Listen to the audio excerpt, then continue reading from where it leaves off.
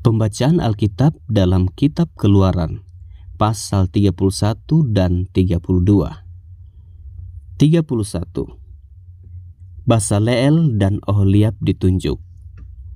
Berfirmanlah Tuhan kepada Musa, "Lihat, telah kutunjuk Basaleel bin Uri bin Hur dari suku Yehuda, dan telah kupenuhi dia dengan roh Allah, dengan keahlian dan pengertian dan pengetahuan dalam segala macam pekerjaan, untuk membuat berbagai rancangan, supaya dikerjakan dari emas, perak, dan tembaga, untuk mengasah batu permata, supaya ditata, untuk mengukir kayu, dan untuk bekerja dalam segala macam pekerjaan. Juga aku telah menetapkan di sampingnya Oholiab bin Ahisamak dari suku Dan. Dalam hati setiap orang ahli telah kuberikan keahlian.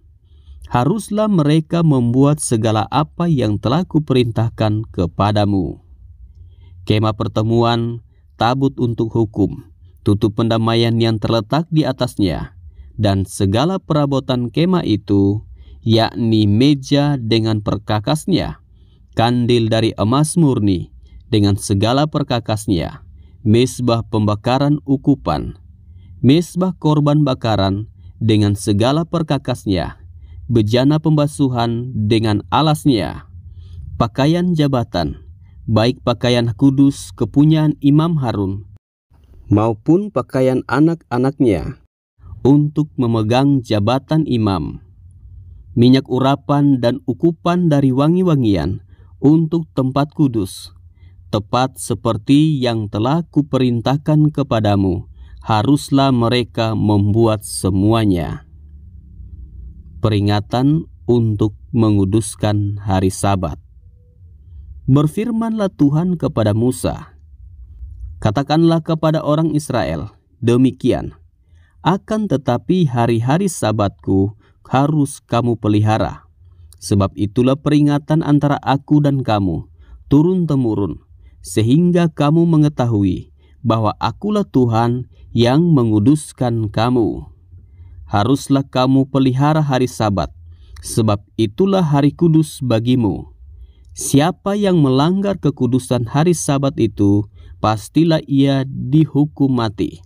Sebab setiap orang yang melakukan pekerjaan pada hari itu, orang itu harus dilenyapkan dari antara bangsanya. 6 hari lamanya boleh dilakukan pekerjaan, tetapi pada hari yang ke-7 haruslah ada Sabat, hari perhentian penuh, hari kudus bagi Tuhan. Setiap orang yang melakukan pekerjaan pada hari Sabat, pastilah ia dihukum mati. Maka haruslah orang Israel memelihara hari Sabat dengan merayakan Sabat turun-temurun menjadi perjanjian kekal antara aku dan orang Israel. Maka inilah suatu peringatan untuk selama-lamanya. Sebab 6 hari lamanya Tuhan menjadikan langit dan bumi, dan pada hari yang ke-7 ia berhenti bekerja untuk beristirahat." Musa menerima kedua loh hukum. Dan Tuhan memberikan kepada Musa, setelah ia selesai berbicara dengan dia di Gunung Sinai, kedua loh hukum Allah, loh batu yang ditulisi oleh jari Allah. Pasal 32.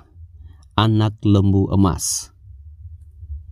Ketika bangsa itu melihat bahwa Musa mengundur-undurkan turun dari gunung itu, maka berkumpullah mereka mengerumuni Harun dan berkata kepadanya, "Mari, buatlah untuk kami Allah yang akan berjalan di depan kami, sebab Musa ini orang yang telah memimpin kami keluar dari tanah Mesir. Kami tidak tahu apa yang telah terjadi dengan dia." Lalu berkatalah Harun kepada mereka, "Tanggalkanlah anting-anting emas yang ada pada telinga istrimu, anakmu laki-laki dan perempuan, dan bawalah semuanya kepadaku." Lalu seluruh bangsa itu menanggalkan anting-anting emas yang ada pada telinga mereka dan membawanya kepada Harun. Diterimanya itu dari tangan mereka, dibentuknya dengan pahat, dan dibuatnyalah daripadanya anak lembu tuangan.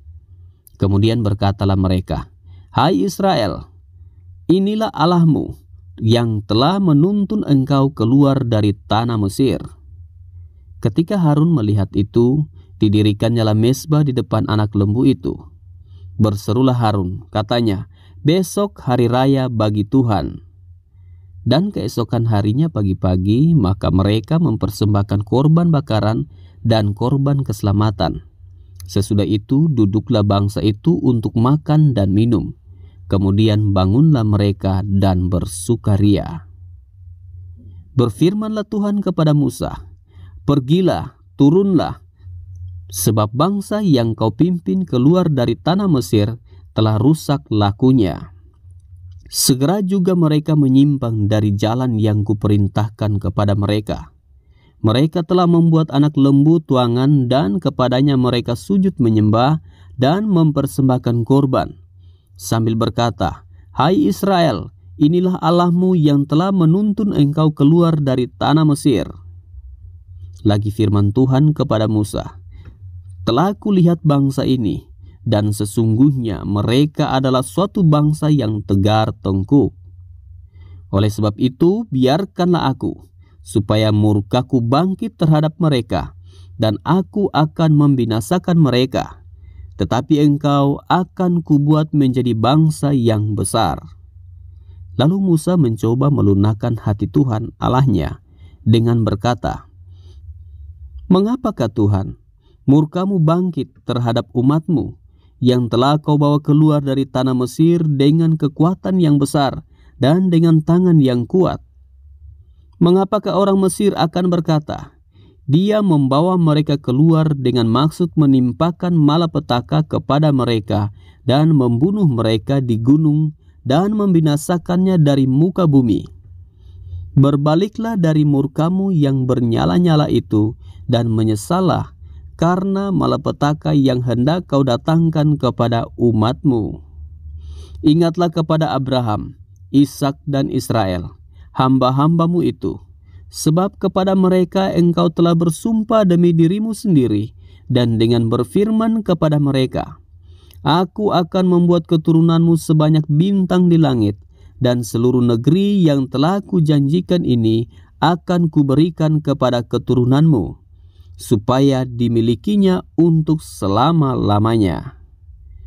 Dan menyesallah Tuhan karena malapetaka yang dirancangkannya atas umatnya. Setelah itu berpalinglah Musa, lalu turun dari gunung dengan kedua loh hukum Allah dalam tangannya, loh-loh yang bertulis pada kedua sisinya, bertulis sebelah menyebelah. Kedua loh itu ialah pekerjaan Allah, dan tulisan itu ialah tulisan Allah, ditukik pada loh-loh itu. Ketika Yosua mendengar suara bangsa itu bersorak, berkatalah ia kepada Musa, "Ada bunyi sorak peperangan kedengaran di perkemahan." Tetapi jawab Musa, "Bukan bunyi nyanyian kemenangan, bukan bunyi nyanyian kekalahan, bunyi orang menyanyi berbalas-balasan, itulah yang kudengar." Dan ketika ia dekat ke perkemahan itu dan melihat anak lembu dan melihat orang menari-nari, maka bangkitlah amarah Musa. Dilemparkannyalah kedua loh itu dari tangannya dan dipecahkannya pada kaki gunung itu. Sesudah itu diambilnyalah anak lembu yang dibuat mereka itu, dibakarnya dengan api dan digilingnya sampai halus. Kemudian ditaburkannya ke atas air dan disuruhnya diminum oleh orang Israel. Lalu berkatalah Musa kepada Harun, "Apakah yang dilakukan bangsa ini kepadamu, sehingga engkau mendatangkan dosa yang sebesar itu kepada mereka?" Tetapi jawab Harun, "Janganlah bangkit amarah tuanku. Engkau sendiri tahu bahwa bangsa ini jahat semata-mata. Mereka berkata kepadaku, 'Buatlah untuk kami Allah yang akan berjalan di depan kami, sebab Musa ini, orang yang telah memimpin kami keluar dari tanah Mesir, kami tidak tahu apa yang telah terjadi dengan dia.' Lalu aku berkata kepada mereka, Siapa yang mempunyai emas haruslah menanggalkannya. Mereka memberikannya kepadaku dan aku melemparkannya ke dalam api, dan keluarlah anak lembu ini." Ketika Musa melihat bahwa bangsa itu seperti kuda terlepas dari kandang, sebab Harun telah melepaskannya sampai menjadi buah cemooh bagi lawan mereka, maka berdirilah Musa di pintu gerbang perkemahan itu serta berkata, "Siapa yang memihak kepada Tuhan, datanglah kepadaku." Lalu berkumpullah kepadanya seluruh Bani Lewi. Berkatalah ia kepada mereka, "Beginilah firman Tuhan, Allah Israel. Baiklah kamu masing-masing mengikatkan pedangnya pada pinggangnya, dan berjalanlah kian kemari melalui perkemahan itu, dari pintu gerbang ke pintu gerbang, dan biarlah masing-masing membunuh saudaranya dan temannya dan tetangganya." Bani Lewi melakukan seperti yang dikatakan Musa, dan pada hari itu tewaslah kira-kira 3.000 orang dari bangsa itu. Kemudian berkatalah Musa, "Baktikanlah dirimu mulai hari ini kepada Tuhan, masing-masing dengan membayarkan jiwa anaknya laki-laki dan saudaranya, yakni supaya kamu diberi berkat pada hari ini." Keesokan harinya berkatalah Musa kepada bangsa itu, "Kamu ini telah berbuat dosa besar, tetapi sekarang aku akan naik menghadap Tuhan. Mungkin aku akan dapat mengadakan pendamaian karena dosamu itu." Lalu kembalilah Musa menghadap Tuhan dan berkata, Bangsa ini telah berbuat dosa besar, sebab mereka telah membuat Allah emas bagi mereka. Tetapi sekarang kiranya Engkau mengampuni dosa mereka itu, dan jika tidak, hapuskanlah kiranya namaku dari dalam kitab yang telah Kau tulis." Tetapi Tuhan berfirman kepada Musa, "Siapa yang berdosa kepadaku, nama orang itulah yang akan kuhapuskan dari dalam kitabku. Tetapi pergilah sekarang, tuntunlah bangsa itu ke tempat yang telah kusebutkan kepadamu. Akan berjalan malaikatku di depanmu, tetapi pada hari pembalasanku itu, aku akan membalaskan dosa mereka kepada mereka." Demikianlah Tuhan menulahi bangsa itu, karena mereka telah menyuruh membuat anak lembu buatan Harun itu.